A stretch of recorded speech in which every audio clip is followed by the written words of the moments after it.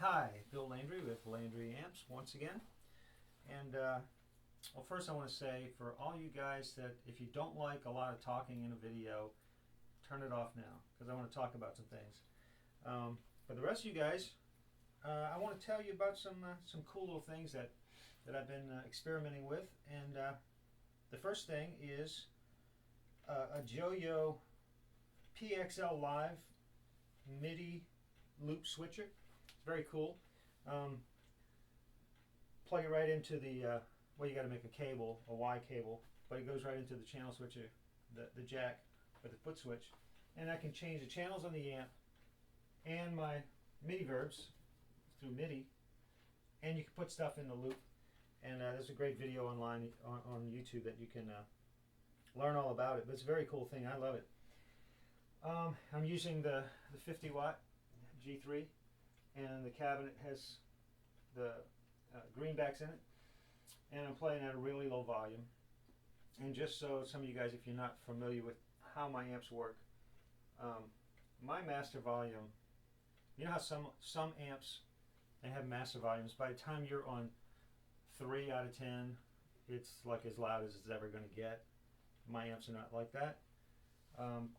For my amp to be as loud as that kind of amp on 3, you'd have to have it like 1 o'clock or 2 o'clock. So this is truly a low volume, about the same as the volume I'm talking at. So the next thing I want to talk about is this guitar, which I've used in several videos. It's my homemade guitar, and it's mahogany back and neck, rosewood fretboard, maple top, and but I've got some different pickups in it right now. And these are there's a company called Rewind Pickups, and this is his set, his creme brulee set. It's a PAF replica, and they are very low output and sound just fantastic. The bridge is like 8K something, and then the neck is 7K something, and the guitar, it's just a volume and a selector switch. The coil tap is disconnected, and so is the tone. So I want to show the amp on some of the lower gain kind of stuff, because this pickup is just phenomenal for that. And as soon as I put it in, I started hearing some cool tones, like for you old guys that might be familiar with Wishbone Ash, the song that when I was growing up, everybody was trying to play this intro.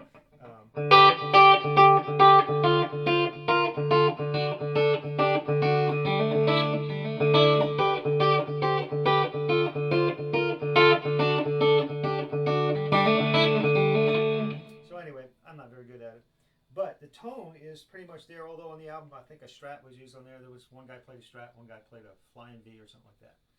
But we'll go. This was on the clean channel, and I was on the middle pickup selection. Now I'll go for the lead part, the bridge pickup. We're going to go to the distortion channel, and I've got the gain way back, about 10 o'clock, treble at 9 o'clock, mid at noon, bass at about 10 or 10:30, and the depth is just straight up noon. And really cool low gain type of. The pickup has it's got a lot of mid-range bark to it, and it's punchy, and it just, how's it go?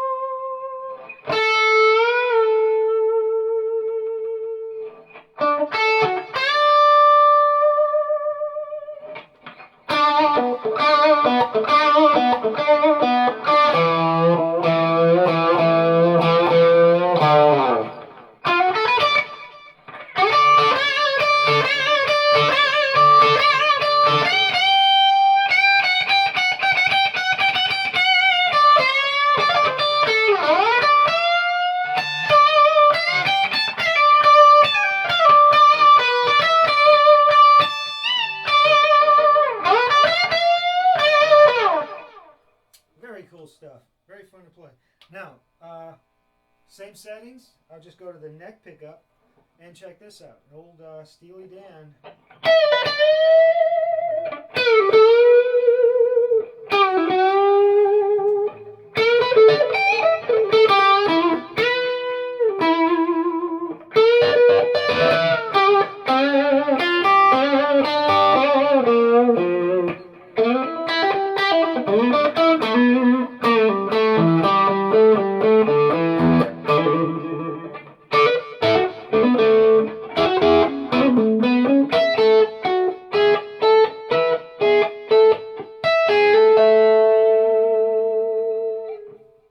Again, same setting, middle pickup.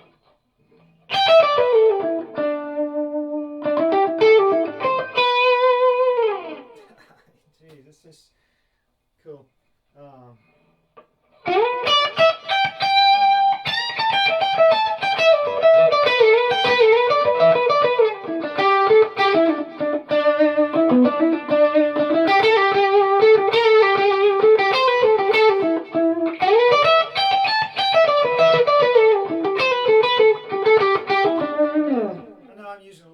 Gain than what's on the original. I think it was pretty low gain stuff.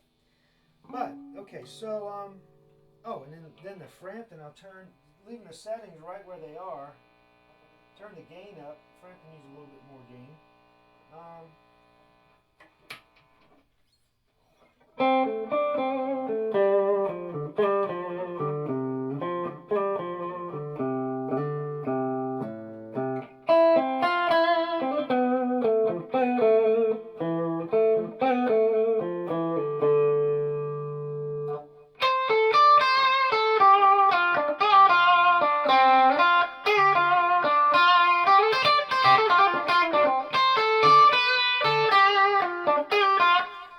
I always want to use the Leslie too. I don't have a Leslie anymore though.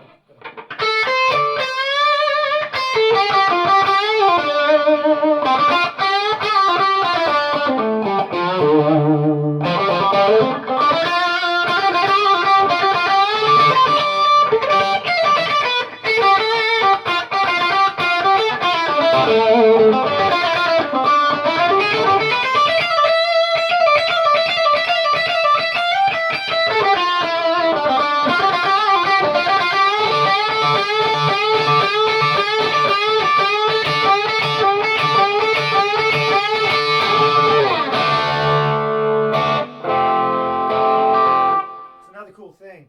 So with the gain all the way up, with the volume control all the way up on the guitar, watch, I'll just roll it back just a little bit.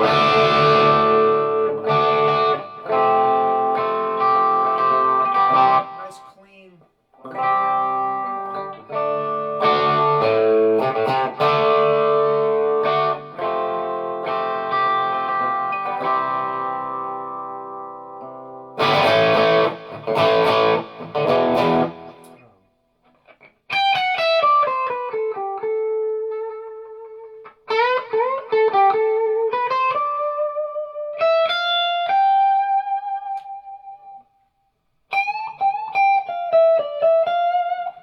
Okay, now I'll show you another guitar, and this I just love. This is my PRS rescue guitar. This thing was going to be thrown away, I guess. I mean, it was seriously abused and beat up, and it was given to me. Grant, if you're watching this, here's that PRS you gave me. This thing, it was just the neck and the body and the bridge was bent up, and there were only 2 screws holding it together, holding it on. There was no springs or claw or anything, no pickups, nothing. And but the neck seemed like it was in good shape, and so I just hung on to it and I stripped it down and found there was like 4 different colors of paint on it, and there's these huge gashes. There's only a few on the front, and they're not as severe as the ones on the back. The ones on the back were just horrible, like somebody just bashed it with a piece of steel, something square and sharp. I don't know what it was, but I sat on it for probably, I guess I've had it about 4 years, and it just sat in the basement. And I didn't know if I wanted to mess with it. I didn't know if it was a cheap guitar. I really don't know anything about PRSs until a friend came by, and he had just got one. He just bought one on eBay. It was a '95, and his is it's got a flame maple top. It's a real pretty guitar. It's a super thin neck on it, but it's also a bolt-on neck like this one. And he had done some research and found that his is a '95, and up to '95, there were apparently PRS did some different things, and they changed after '95. His is an alder body with a maple top, and after that they went to a mahogany body with a maple top. And I got to hear one of those not long ago, and it didn't sound nearly as good. That old, my friend's one, it was a monster guitar, really hot pickup on it, PRS pickup, it was totally original. It's got the I guess a 5-position switch here instead of a regular pickup selector like this. But that thing sounded so good and played incredible, so it got me to want to do this. And so I went ahead and stained it and put some clear on it and put it together. And this thing, the pickups in this guitar, well, the bridge pickup came off this is what used to be in my homemade guitar. It's always been in there. And this neck one is similar. Actually, my Ibanez has the reversed pickups from these two sets. But this thing, this pickup is like a 12K plus, and this is 8K something. And you can just hear without changing the amp at all. It's much hotter, much more drive, and a low output pickups. But for you younger guys that are trying to learn all this stuff about your guitars and amps and so forth, some of the key things, everybody thinks they want really hot pickups. Originally I put a Sewer SSH, which is 16.3K in the bridge, and it's hot, and that thing sounded great when I put it in the Ibanez, but it didn't sound so great in this guitar. It lacked a lot of character. It was just a bunch of gain. And so I pulled it out and put this, and it was a perfect fit. And that's a big part of this tone chasing thing, is finding pickups that work in your guitar, because the wood combinations, whether it's a set neck or a bolt-on neck, these things all make they contribute to the tone. And when I put this set in this guitar, and this thing, I'm going to change the settings a little bit here. This thing just it plays great and it sounds great. These pickups were a really good match.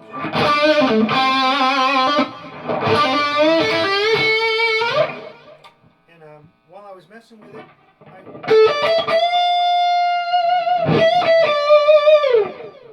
will go to the high gain channel.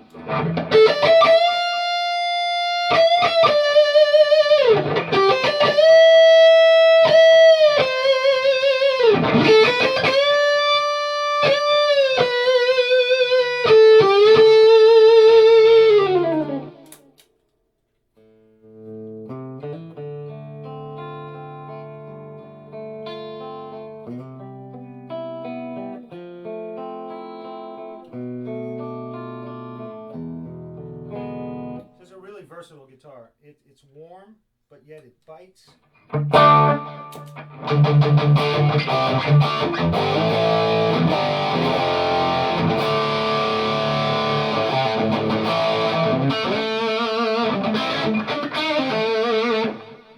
get authentic tones from like old Zeppelin and things like that, you really need a low output pickup, and that wood combination with a set neck, that's a big part of it too. How that guitar resonates, it resonates differently whether it's got a bolt-on neck versus a set neck. The bolt-on necks, in my experience, I find them to be a little punchier, a little less even, maybe a little more top end on it.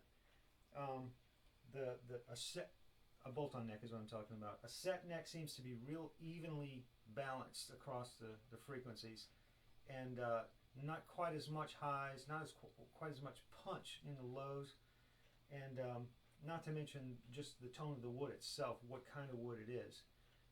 Because on that other PRS, I didn't find the maple and mahogany combination work nearly as well with a maple neck bolted on. that wood combination with a mahogany neck works really well. Standard Les Paul type wood configuration. So all these things are factors, and then of course what amp and speakers you use, how much gain you use, all these things are factors, but it's good to learn some of these things. The low output pickups tend to have a broader bandwidth. They have more highs, more lows, and more open. The type of magnets you have on them are a big contributor too. I won't get into that because I don't know a lot about it, but what I found is that the Alnico 5 magnets are a little quicker, less compressed sounding, but the pickup overall, it's got more higher output, more distortion, not as much highs, not as much lows.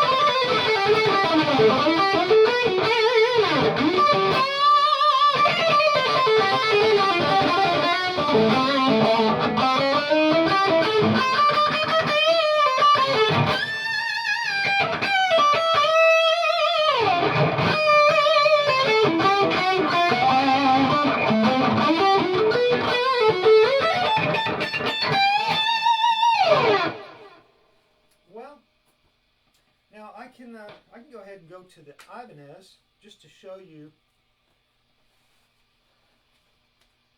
how the amp itself really shows the character of the guitar. I mean, you hear whatever the guitar sounds like. However hot your pickups are, you're going to hear it in the amp. We'll go to the distortion channel. Now this is the bridge pickup that goes with the neck pickup that's on the PRS. The neck pickups are basically the same, but one has a coil tap, one doesn't, and they're in different colors, but they're the same pickup basically. So this one's got the coil tap on it, so it can work with the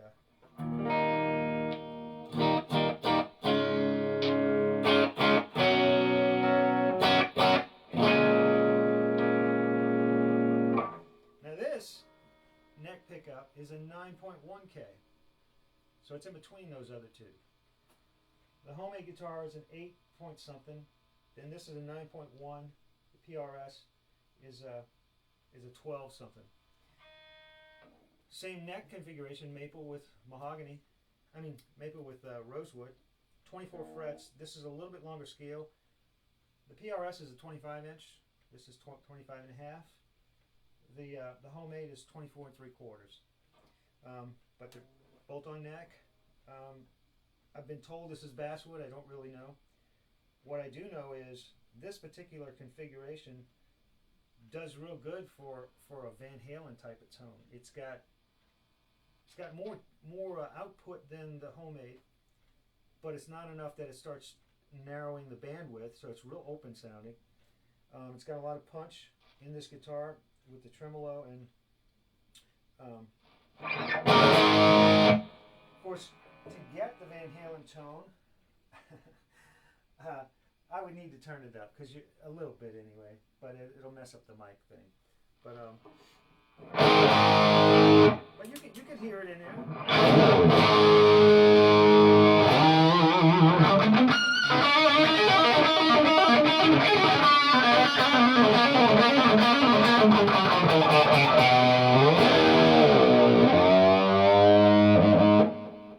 It's in there.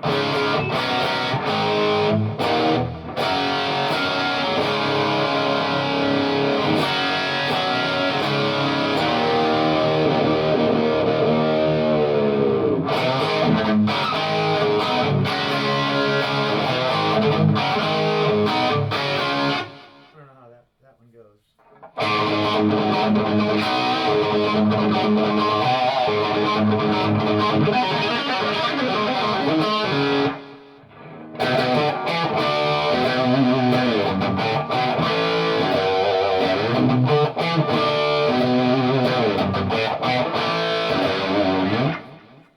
Okay, so there's a little information on different guitars, different pickups, how they work with the amp, different amounts of gain, different wood configurations, different pickup configurations, and also everything, your bridges, your nuts, they all contribute to how that guitar is ultimately going to sound. So if you know what kind of tone you're looking for, with a little information, you can build that tone.